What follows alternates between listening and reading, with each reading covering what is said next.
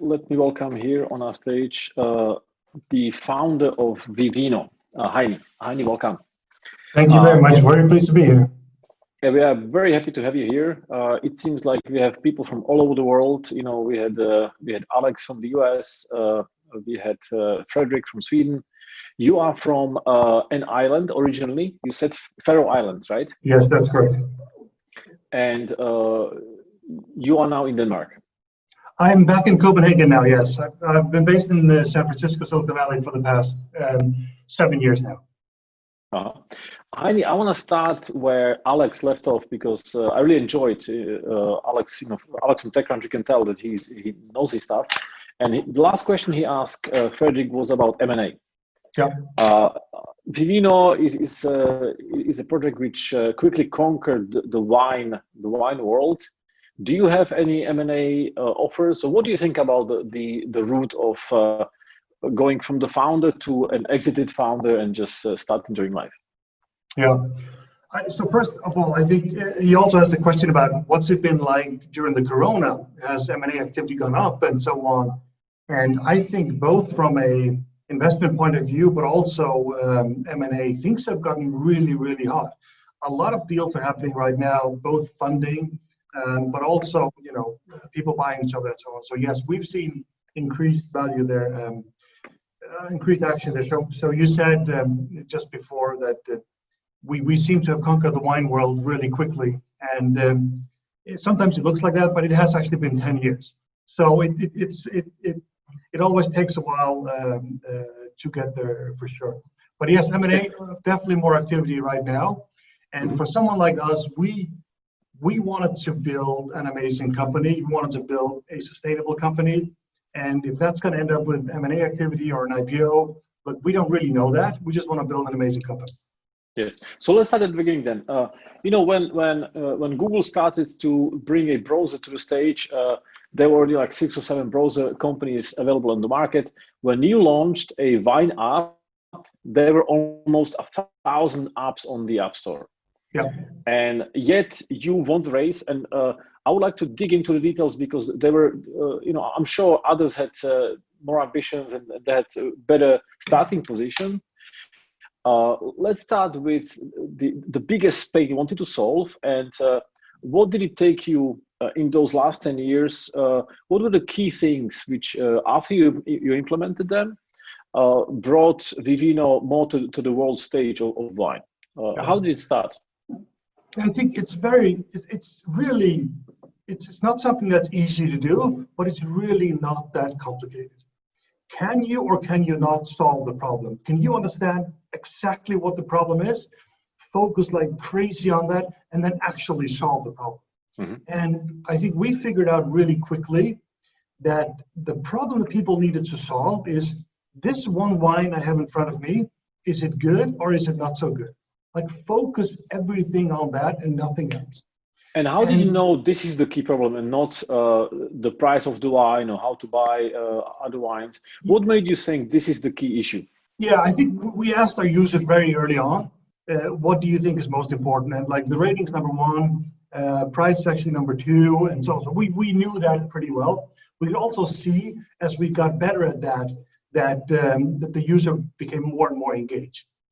So the other problem in this is, which is kind of strange with this particular product, is that wine is extremely long tail, right? So we have 10 million wines.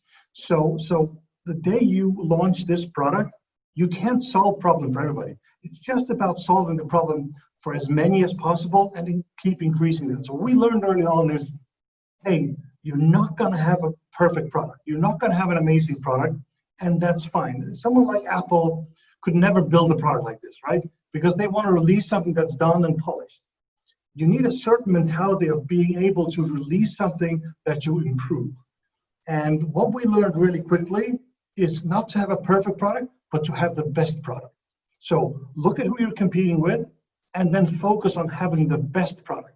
Doesn't mean it's amazing. In the beginning, we had all kinds of people pounding us with the data was wrong and everything, but you have to keep pushing forward, focus on having the best product, not the perfect product.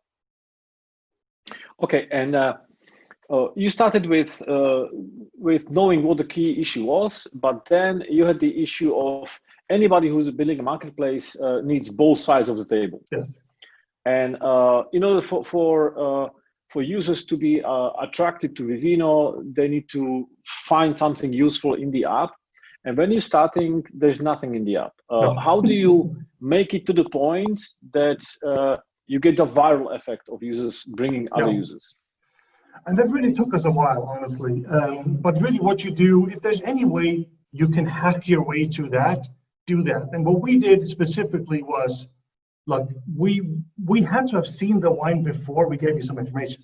So, and the fact of the matter is, hey, we hadn't seen most wines, so that was impossible. So what we did is like, hey, we got your label, and then we didn't even crowdsource it. We sent it to India, and then we had people manually looking at that wine label, adding as much data as possible. Then we went back to the user and said, hey, thank you for sending the label. We're looking into it. Like sometimes minutes or hours, we came back to them and said, hey, we've now looked up this wine, and here's what we have. And it's still not amazing, but it's better than nothing. And the user like, you know what? Maybe I'll give them another shot. So it's all about getting as much out of it as you can, and then you build that slowly. And we went on around 18 months without really getting any traction. We just grinded through building the database, focusing. And at some point after around 18 months, things started to take off at least. What does it mean in terms of the wine etiquettes? How many wines do you need to be relevant on the market? Yes, that's a great question. And I've definitely adjusted my perception on that very much. I thought in the beginning, hey, if we get to like 20,000 wines, we'll be fine. But that number just kept going up and up and up. And now we have 200,000 producers and 10 million different wines. And we actually have 1.3 billion pictures of wine labels. And I'm not saying you need that much, but if you don't have 1 million wines and 10,000 wineries, you're not going to go anywhere. Interesting. About 15 years ago, I was working at Orange, and at that time there were rumors going around that Apple is going to come up with some mobile phone, and all of my colleagues were laughing. Because Apple had no expertise in mobile phones, and they did it over and over again. They also, disrupted massively the music market, and not just the players, also the music business model. And when I was doing some research on Vivino and on your background, you are not actually coming from the wine industry. You are coming from the software world. Yeah. And I think this is also something which gives you a fresh perspective of the market, because you were coming as an outsider. How did this perspective help you understand the wine market, and how was your perspective different from the wine insiders? Yeah, it's a very interesting question, and this is not a first that someone totally from the outside comes in and it sort of disrupts things, right? So I will say that I actually think it was important. First of all, when we focused on who our users should be, we wanted them to be people like us. I mean, people that loved wine, but didn't necessarily want to make it a hobby. Like, we were not going to build an app for people that want to take notes about licorice and earthy taste, whatever. That was not what we're doing. So I think that in itself, our understanding of the user was very strong because we were it. And a lot of our competition was not that. They were, hey, I know wine, I should make a wine app. Actually, you really shouldn't. So it's about understanding the user, and we were that user, and I think that's incredibly important. That's one thing. The other thing I think that's important is that we brought some naivety. So I did speak to a lot of people in the industry, and everyone said the same thing. You know what? I said, hey, I want to build a wine app. I want to build a database of all the wines in the world. Every single wine in the world that needs to be in them. Everybody in the industry said the same thing. You know what? First of all, you can't do that. You should focus on Bordeaux or something like that. We just came in with it and said, no, we're just going to do that. And people were probably polite, okay, interesting, and then they just walked away shaking their head, thinking we're kind of stupid. So I think those things, sort of understanding the actual user and bringing naivety, saying, hey, it's possible. I think those things were very important. Okay, we have a question here. on Slido. And by the way, the audience, feel free to ask any questions if you like. You can go to slido.com/startupgrind and ask away. There's a question here from Antonio, and Antonio wants to know, when are you going live with a non-perfect product? How do you manage the user disappointment or criticism for the early pitfalls? Yeah. First of all, it's fine. Like, so people say, what about all these users we lose? Yes, you're going to lose 7 users. Who cares? It's not like, we had TechCrunch guy on here. You're probably not going to be on the front page of TechCrunch. You're probably not going to lose that many users. So it's fine. Be humble about it. Say, hey, we're trying to improve our product, and if they see progress, some of them will stay. You'll lose some. So let me give you an example. That something happened for us because our one of the things we looked a lot at is match rate. So how many, when people scan 100 wines, how many of them do you actually match? And we found out that when we started, it was maybe 10%. We didn't know anything. We did the rest manually, right? And we came out and said, yeah, we matched around 30%. It wasn't entirely true. But we just kept grinding, and it turned out that when you hit around 70% for us, so 2/3 of the time, at least the product works somewhat. Then the curve started to go up. Before that, you were fighting for every single user. But the thing is, with a product like this, if you don't release it, you're getting nowhere. So there is no alternative. Like, what are you going to do? Build a database, and with what pictures, with what users, and so on. That's one thing. The other thing is that the thing that the users give you, they also give you priority. Users will tell you what wines they drink. If you go down to a store here and take pictures of 1,000 wines, you don't know what the user drink the most. But as soon as the users start taking pictures, you'll actually know what the real demand is. So that's why it's so important to go out there. Okay. What did you do at the beginning when users started to take pictures of etiquettes which you didn't have in the database? How did you make sure they won't be leaving disappointed? Yeah. So what we did, we just had a manual process for that. So if we knew it, we'd match it with the computer. If not, we'd build a full system that took it to India, and then we have people manually researching those labels and adding to the database. And that happened, thousands of times every single day. Okay. When you start working with a wine app, you need to understand the wine world properly. Yeah. After you had enough data in your database, how did you make sure you also opened the gates to learn from the wisdom of the crowd? How did you activate the users from just taking a picture of a wine bottle into making sure they can also provide some content? Exactly. I think that's a really, really good question. Just a small correction here. We were pretty clueless about the wine world and the wines back then. We tried to build some structures around, grapes and regions and so on, but neither my co-founder or I had any clue really about wine. So we added basic information, but not much more than that. So I think it's important that you can actually do these things without knowledge. Today, I'm sitting in our office in Copenhagen. We have right next to me, our office is our wine experts, and we have a team of, I think it's 7 people now that are super wine experts. So you can build that later, right? I think that's kind of important. The other question is, how do you engage people? And I think that's a really good question. I think for us, it was about first give them some value. So the value that we gave them was some information about the wine.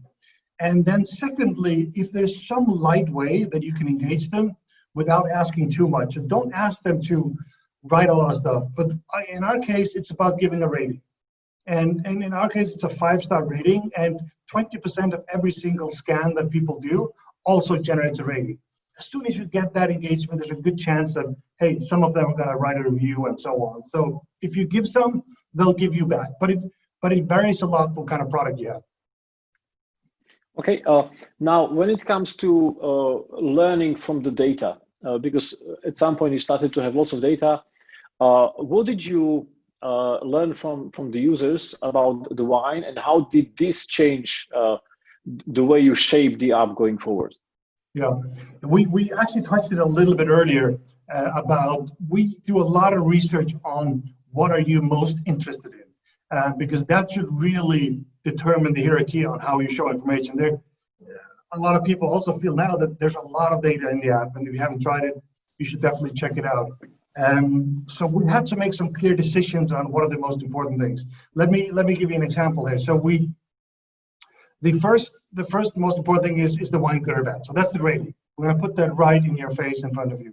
The second thing is the price, and we're also going to put that up there. The third thing that people want is actually the taste of the wine. And that was a little bit tricky for us because we did have the taste very often, but usually written in a way that it's like, they varied, the quality of the reviews varied, and they weren't always structured in the same way, and so on. So we knew that was important, but we were not happy with the solution. So at one point, a couple of years ago, we decided to do a total remake on that. So we've now built machine learning that reads through all the reviews and puts a structured taste of the wine in front of the user, and that has been incredibly successful. Like nobody else does that. Like basically in the world, nobody else has the data that we have to be able to do that. So we're incredibly excited about that feature. And for those of you that are product people here, we have our NPS, and you know how incredibly hard it is to move your NPS. We actually moved our NPS 7 points with that one feature, and that just never happens. Wow.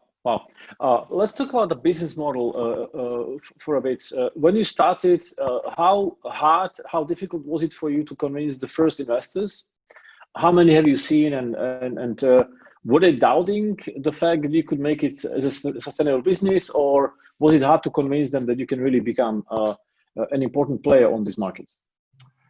I think, yeah, so we really raised our money on engagement, that we could see, like two things I would say, that the investors could see that, holy shit, they got something in a $300 billion industry. Like, we don't know exactly what it's going to be, but it's growing like crazy.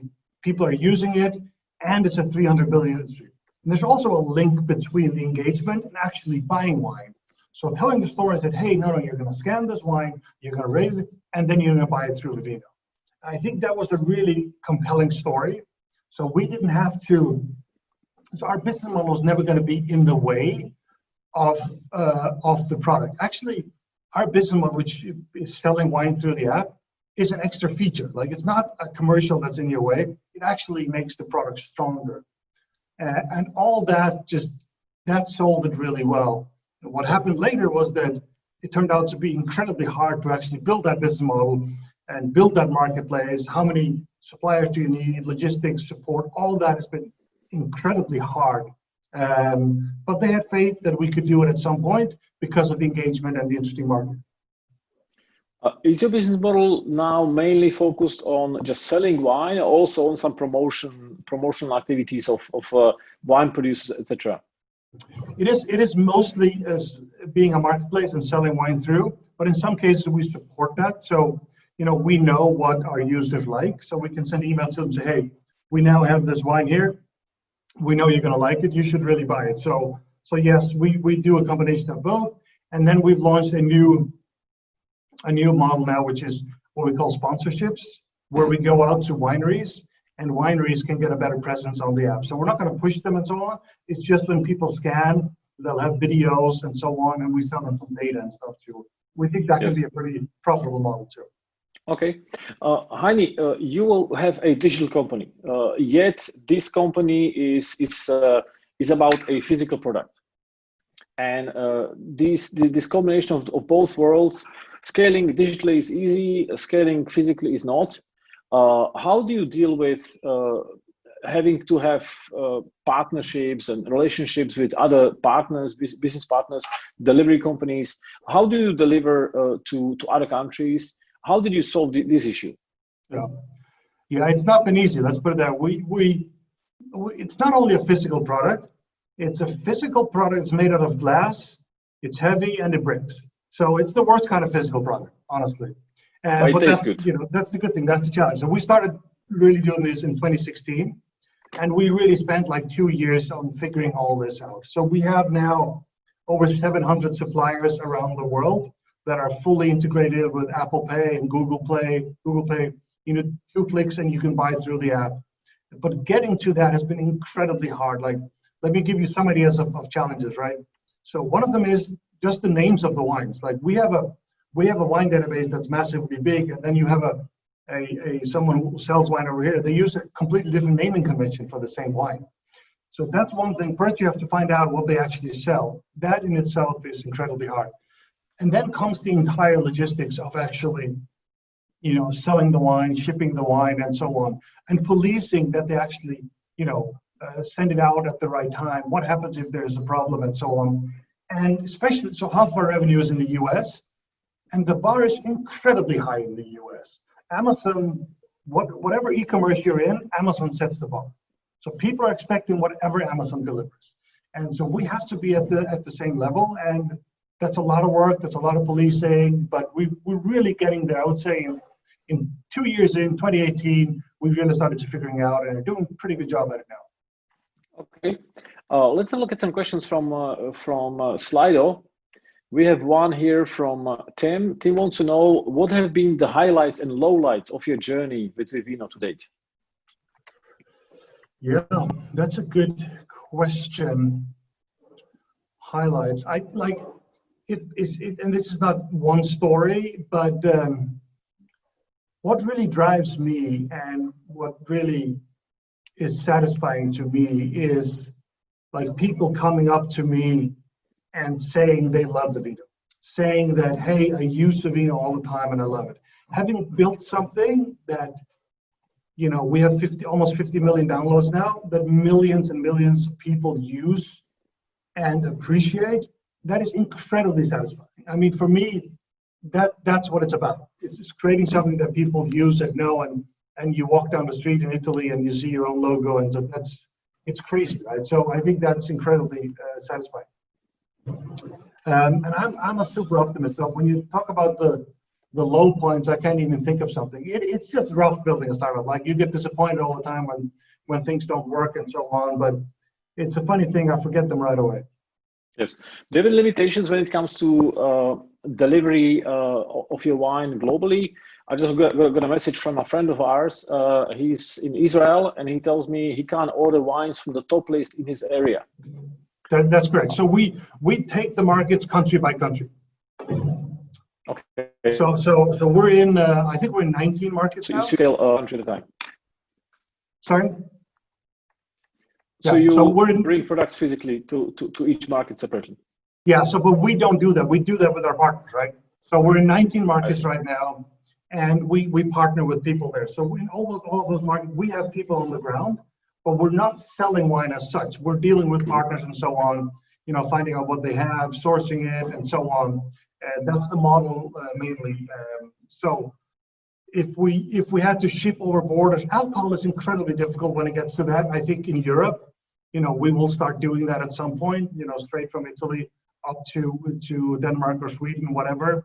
But alcohol is difficult, both with general legal problems, but also taxes and so on. So it's a little bit complicated. But right now we do them market by market. Mm-hmm. When I travel, usually Vivino is part of the everyday toolkit people have when they travel. So the other day I was kite surfing with some friends in Sicily, and what we do normally is just when we see a good bottle of wine, we just take the Vivino and see how good the wine actually is, which is very useful. You are now at about 45 million users, according to your website. Yeah. Do you think you already part of this pop culture, which is a product which is so widely used that people already know it, or you think that there's still a way to go? No, so I think it's pretty clear that we are the wine app, right? I think that's pretty clear. That there's nobody else. Like we're 100 times bigger than number two. So I don't think there's any doubt about that. Mm-hmm. But so it means that the people that are inside the circle, the 45 million that have installed it, they know and understand it. But when it comes to like total knowledge, that just isn't the case yet. Like there's still a lot of people that don't know about it yet. We have around 20,000 people that install the app every single day. So fully organic. So that's amazing. But no, I think Vivino should have hundreds of millions of downloads, not be limited at 45. We're going to keep going. And I think there is room for hundreds of millions of downloads in this space. Yeah, I like the ambition. Everybody who drinks wine. Yes, it is true. Heini, you're not just a founder, you're also passionate about giving back. And there's this rumor going around that you're gonna have some movie premiere coming up Yeah, soon. imagine that, right? That's crazy, huh? So yes, a couple of years ago, a couple of independent filmmakers came to me and said, hey, we would love to do a documentary about your journey and what's it been like, and specifically about where I'm from, but also moving the family to Silicon Valley and all the complexities around that. And I was thinking, like, you know, how can that even be remotely interesting? I'd lived it, so it is what it is. But they actually came to me and said they wanted to do that, and I said, fine, let's do it. And they've been with me in Silicon Valley a couple of times. We've been in Italy. They've recorded me here. They've been all over. And on the 23rd, it's got to be a week from now or so, this documentary is launching on Amazon Prime Video. So I've seen it, obviously, and I'm super excited about what people are going to say about it. It's a combination of a startup story, a personal story, and obviously a Vivino and a wine story. Nice. I really can't wait to see the video. When is it coming live to Prime Video? On the 23rd of July, so a week from now. And if you want to see a trailer, there is you can go on YouTube. It's called Disrupting Wine. Yes, and one other way how you giving back to founders and the upcoming generation of entrepreneurs is you also have a YouTube channel where you share interesting tips. So tell us about it and why did you decide to do it? Yes, so I actually at some point stepped down as CEO, and we got a new CEO in. Didn't really work out as we wanted, so I had to step in again. But at that time, I really wanted to try something else, and I love helping entrepreneurs. I think it's fantastic. I think the community has given me so much. I want to give back. So I started doing these videos. It's called Raw Startup. It's on YouTube, and I honestly think I've done some. How do you like the background here? Like the cleaning is going on in the background. That's fine, right? I think it must be nice and clean in your office now. And it's a real background. It's no, and then the map over here is also important. By the way. Anyway, so Raw Startup you can find on YouTube, and I do all kinds of advice. A lot about funding and product and all kinds of things. And I think it's kind of cool. I love doing the videos. Video's incredibly difficult, but the first ones are horribly bad. And the newer ones are pretty decent. Yes, Heini, before we wrap up, please tell us something about your culture, because it's very hard to nail the culture and make sure the team is consistent and they all believe in the same goal. And you already mentioned that you hired a CEO, it didn't work out, so you had to step back in again. What are the kind of values you are hiring for when you're interviewing potential candidates? Yeah, I think it's a good question, and it evolves quite a bit, right? So we really think that it's a doer culture. You know, we want people that can really get stuff done. And in the beginning, especially, we're obviously looking for a very entrepreneurial culture, right? We wanted people that could do a lot of stuff and so on. But that changes over time. But you know, we want people that have, we have certain things that we say we don't put that it's in our ads anymore. We say no assholes allowed. So it's hardworking, it's very metrics driven, but it also there's room for people, right? I want to have room for your private life too, and so on, and good people that treat each other well, and so on. So I think, and again, the culture is incredibly important. We can be very straight with each other, which can be a little bit tough, but it's also a culture that you're very honest, but in a positive way. We're not gonna be negative about it. We're gonna tell it straight up as it is, and I think that's something that comes from the Scandinavian culture too.